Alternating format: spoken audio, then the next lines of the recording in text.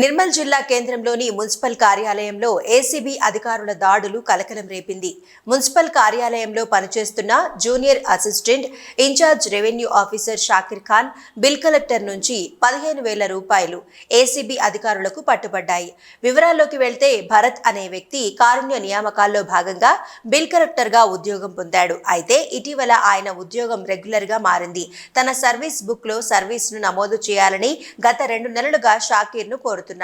20,000 రూపాయలు చెల్లిస్తేనే service book లో నమోదు చేస్తానని చెప్పడంతో 15,000కు ఒప్పందం కుదుర్చుకున్నాడు. దీంతో భరత్ ఏసీబీ అధికారులకు ఆశ్రయించాడు.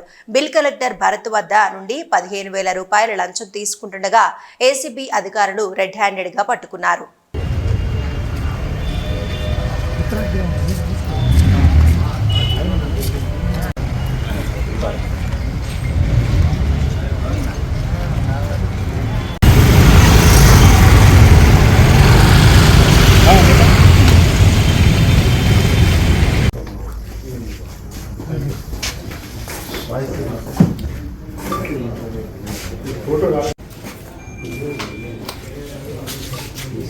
सर वाइस नहीं कर